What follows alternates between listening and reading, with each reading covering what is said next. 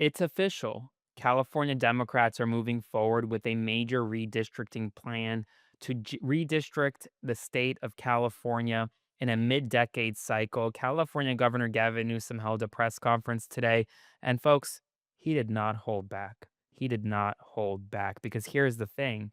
Texas Republicans are gerrymandering the state as we speak, and California Democrats refuse to stand idly by and allow it to happen. So here are the details. November 4th is the day of the special election.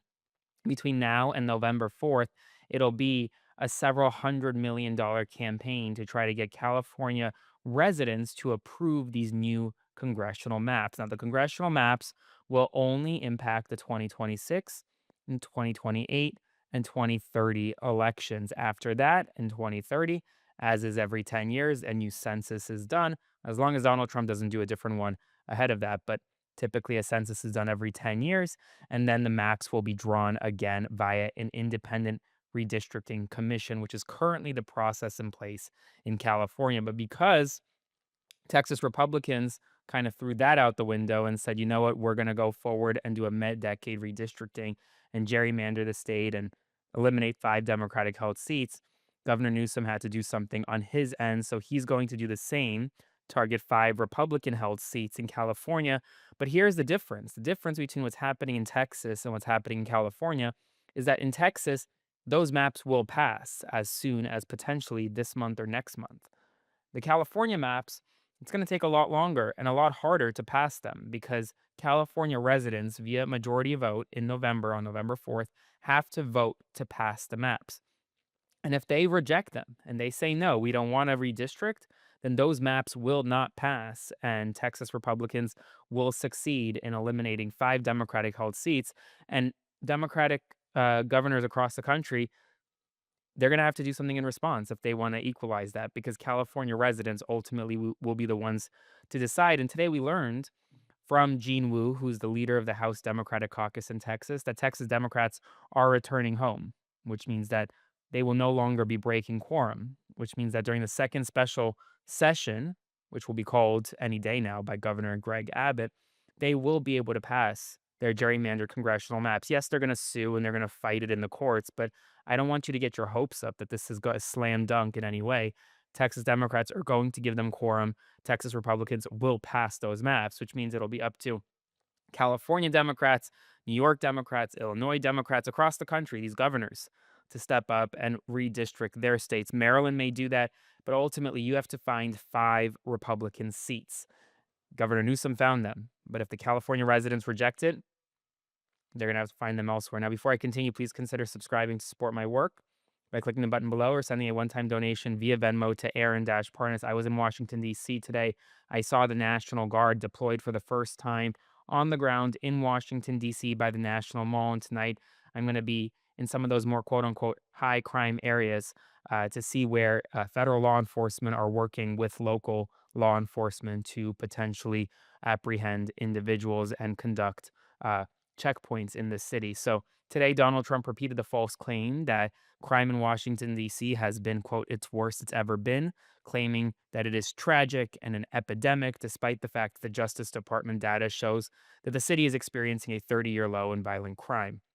Today, Attorney General Pam Bondi announced that the Justice Department, one of their employees, Sean Charles Dunn, was fired after being arrested for allegedly throwing a Subway sandwich at a federal law enforcement officer in Washington, D.C. on Sunday evening.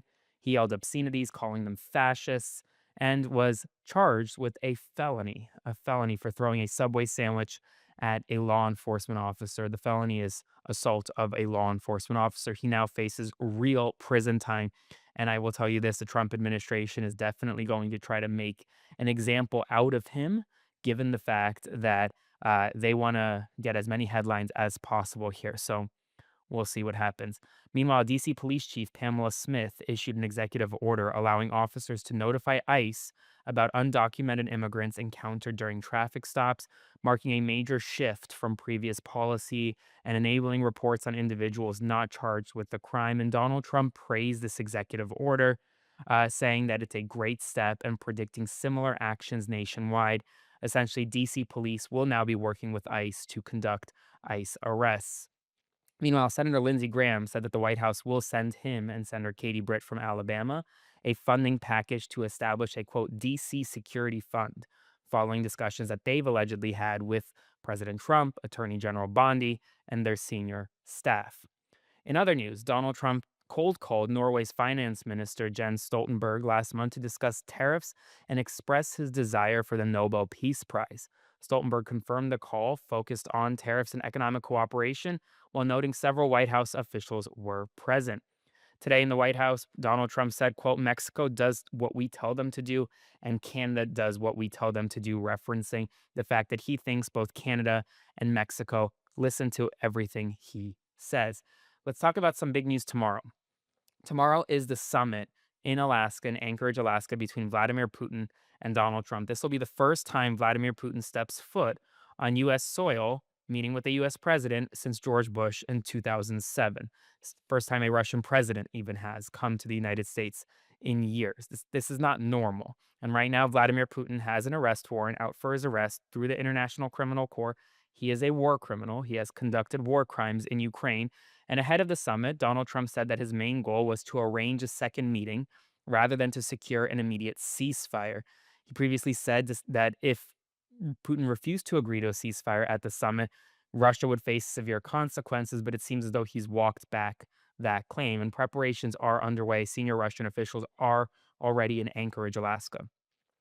Vladimir Putin is expected to offer Donald Trump financial incentives and expanded economic ties in exchange for siding with Moscow over Ukraine. So we're going to see what happens there. Tomorrow's summit will happen at around 11:30 a.m. local time, which is 3:30 p.m. Eastern time, and you better believe that I'm going to be covering it in real time for you all. So maybe we'll even go live. They're supposed to have a press conference, both leaders, after the summit's over, which will probably be around 5:30, 6 p.m. Eastern time. So we'll see. Florida Governor Ron DeSantis today announced plans to open a second immigration detention facility dubbed the Deportation Depot. Why is he doing this? Well, because a federal judge may soon actually shut down the Alligator Alcatraz facility in the Everglades. And finally, Stanford University scientists have developed the first brain implants capable of decoding and vocalizing, quote, inner speech, words imagined silently in people whose paralysis prevents physical speech, using electrodes in the motor cortex and AI models trained to intercept neural activity. The system achieved up to 74% real time accuracy and included a password protection feature to prevent unintended thoughts or unintended decoding of private thoughts. That is a significant medical breakthrough. We'll see what happens next there. As always, if you want to support my work, subscribe today, and I'll see you in the morning with another morning news update. Hey folks, Aaron Parnas here. Thank you so much for watching The Parnas Perspective. Please consider subscribing to support our work as we grow this independent news media entity into something that rivals mainstream every single day. Thanks so much, and I'll see you soon.